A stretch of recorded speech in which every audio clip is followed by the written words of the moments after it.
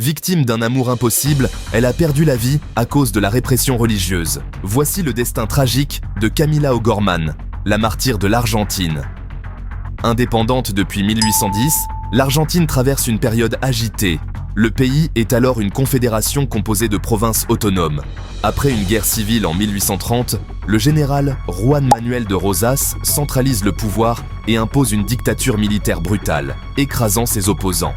Au pouvoir, il se présente comme un fervent défenseur de la morale catholique et dédie son pays à la religion. Sa fille, Manuela, aimée du peuple pour sa compassion, passe pour un ange de miséricorde face à la cruauté et au despotisme de son père. Cette dernière, qui exerce une certaine influence auprès de l'élite argentine, est une amie fidèle et intime d'une certaine Camila O'Gorman, jeune femme issue d'une riche famille. Dans les années 1840, Camila tombe amoureuse du prêtre Ladislao Gutiérrez. Leur passion scandaleuse les pousse à fuir ensemble, défiant les règles religieuses et sociales strictes de l'époque.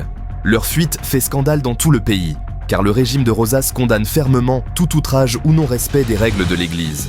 En 1848, le couple est retrouvé, arrêté et emprisonné. Malgré leur demande de pardon, Rosas ordonne leur exécution pour donner un exemple. Manuela, qui tente de sauver son amie, supplie son père d'épargner Camila, mais le dictateur reste inflexible. Le couple est fusillé en décembre 1848. Âgée de 20 ans, Camila était enceinte de 8 mois. 4 ans plus tard, Rosas est renversée et exilée en Angleterre. Ce drame bouleversa la société et devint un symbole de la lutte contre l'oppression de la dictature de Rosas. L'indignation dépassa les frontières de l'Argentine, puisque plusieurs pays condamnèrent les actions et la répression du régime argentin.